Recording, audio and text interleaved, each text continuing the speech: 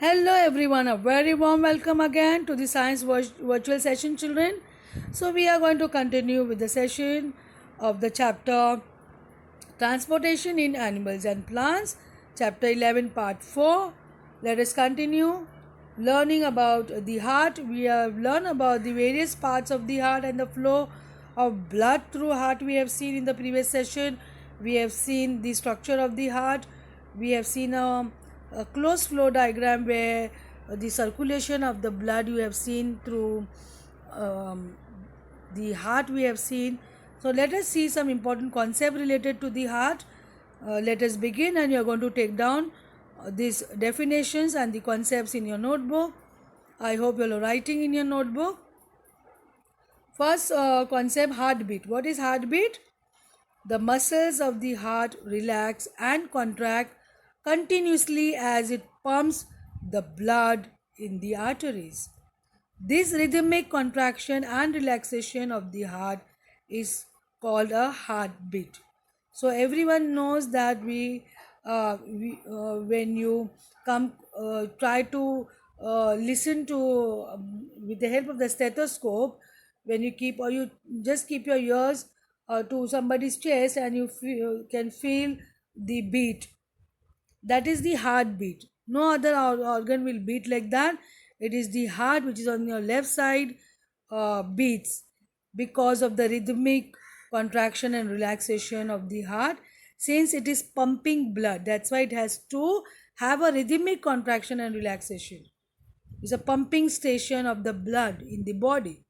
Hence it has beat, that is called as heartbeat. Please take this down. It has to continuously pump the blood in the arteries. Otherwise, what will happen? We will not be able to survive. Blood has to be continuously pumped. Next, the stethoscope is an instrument. Just now I spoke about the stethoscope. So, if you want to hear the heartbeat, your stethoscope is an instrument will help you. It's used to listen to the heartbeat of a person. It amplifies the heartbeat so that doctors can monitor it and find out about the patient's condition. So it magnifies the sound of the heartbeat.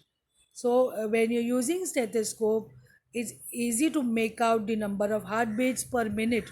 So it helps doctor to locate the condition of the, or to trace the condition, or to find the health condition of a patient.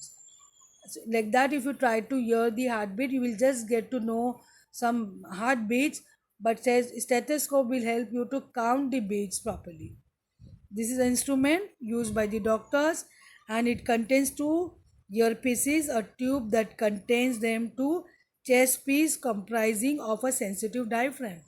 So let us see how it works. You need to understand this instrument because we are talking about the heart.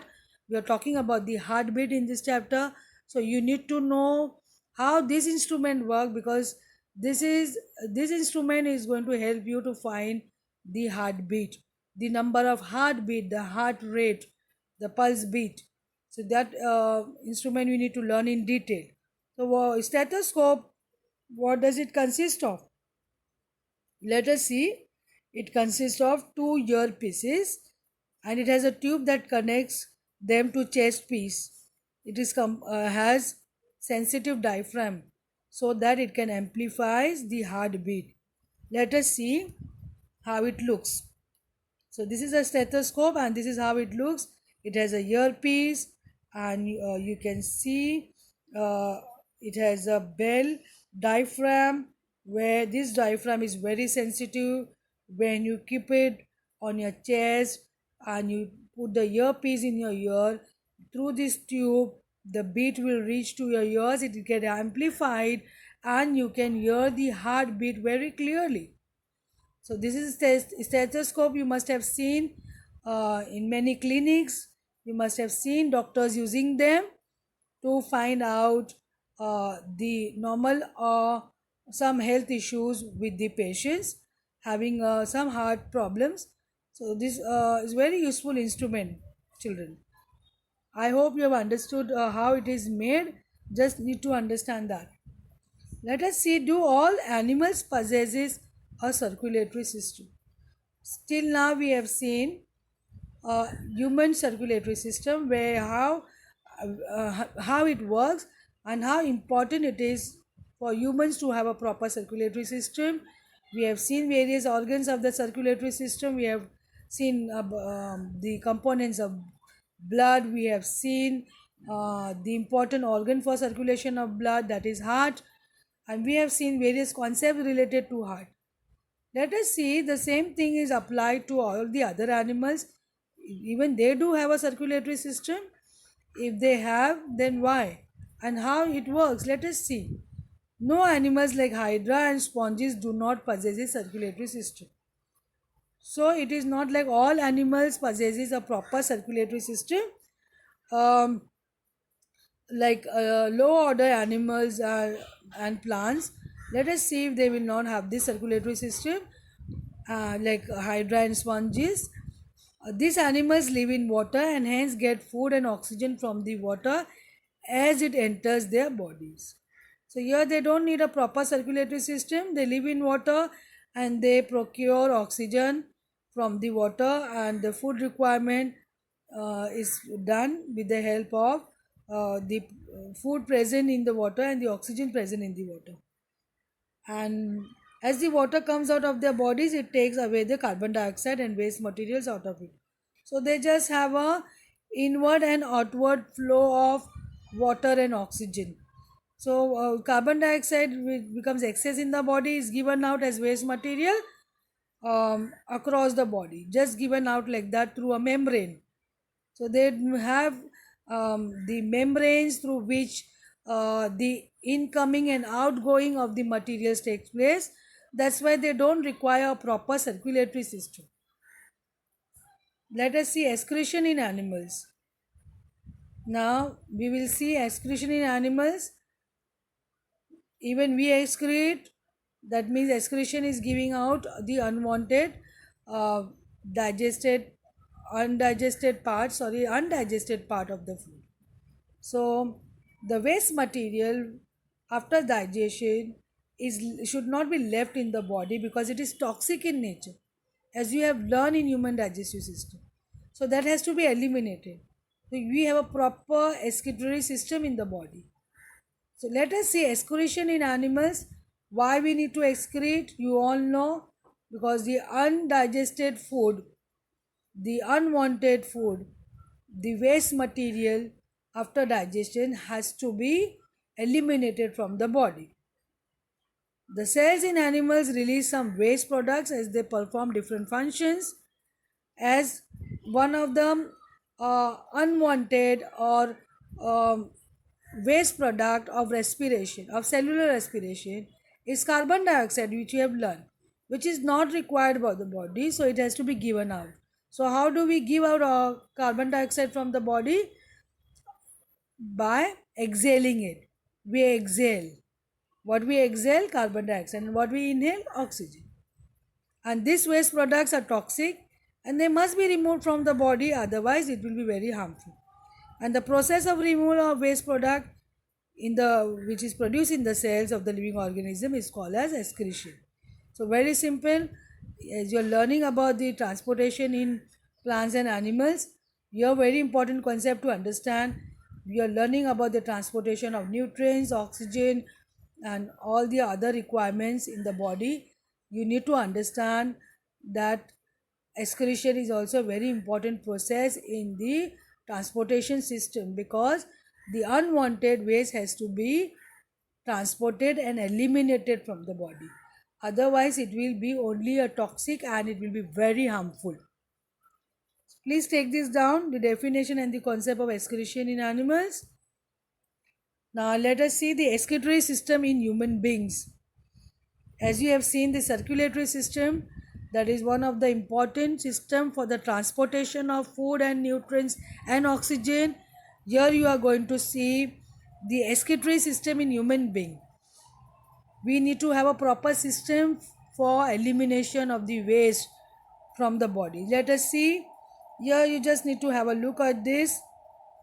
You have an excretory system where the system work to get rid of the unwanted waste. This system consists of kidneys. We have one pair of kidneys. One pair of kidney means two kidneys. Every human have two kidneys, that is one pair of kidney. Then it has ureter, which is connecting. Ureter is a tube-like structure which connect bladder, where this bladder will store urine, which is again a waste product, which is again the unwanted waste. So bladder, that is consists of the urine. It is also called as urinary bladder, and then it is the continue part of it is urethra. So here you can see these are the important organs of the human excretory system, which consist of the one pair of kidney, and one pair of kidney will have all tubes connecting to it. It has renal artery, renal vein, aorta, and vena cava.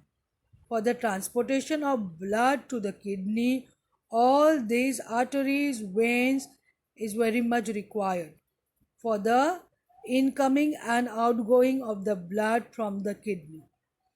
So this is the excretory system, which majorly consists of a pair of kidney, ureter, urinary bladder, and then urethra. What is excretory system? The excretory system is a system of organs in living organism that undergo excretion. So the organs which we have discussed just now in the diagram, they will help for the process of excretion. They are involved in the excretion process. That means formation of urine, formation of solid waste from the body. So the excretory system consists of different organs. You have to take these different organs and their functions. They are extremely important. We have discussed just now. We will just have a discussion on this again, and then you're going to take these in a proper organized manner. We are going to discuss, and then you're going to write down in your notebook. Now let us see the excretory system, different organs. First of all, we have talked about kidneys. There are two organs called kidneys present in our body. That means a pair of kidney always in one human, one single human being will have two kidneys, a pair of kidneys. So in case one is dysfunctional or it is not functioning properly due to some infection or something happened to the one of the kidney, then the other kidney can work. One person can survive in one kidney. If the other kidney fails, one kidney will be sufficient for the person to survive. But if both the kidneys fail, then it is not possible to survive. So there are two organs called kidneys present in a body. These kidneys contain blood capillaries that filter out the unwanted substances that from the blood in the form of urine. So what kidney does? Kidney contains blood capillaries that will help to filter out the unwanted substances from the blood. It will take up, it will filter it out, and it will form urine. This is how kidney will function, and is extremely important function. And you have to go when you feel like, when your nature's call, you have to go and you have to eliminate the urine from the body because it is toxic, and it should very harmful for the kidney. If you keep it for a longer time, you should not hold urine. And urinary bladder is a urine produced by the kidney stored in bladder, that is called as urinary bladder. We have seen just now in the diagram, you can see this children. The bladder is a sac like where it can store urine. And ureters, these are the tube like structures which I have discussed, which connect the kidneys and the urinary bladder together. So or the urine will pass through these tubes and it will reach the bladder where it will store, and they allow the passage of urine from the kidney to the bladder. Very simple. And urethra, this is a muscular tube through which the urine moves out of the body. So the final exit of the urine from the body is taken with the help of urethra. Urethra help in the final giving out of the urine from the body. I hope this structure and function of the human excretory system is very clear with you. Thank you, children. Please write down all the points discussed in the session. Thank you and have a wonderful day.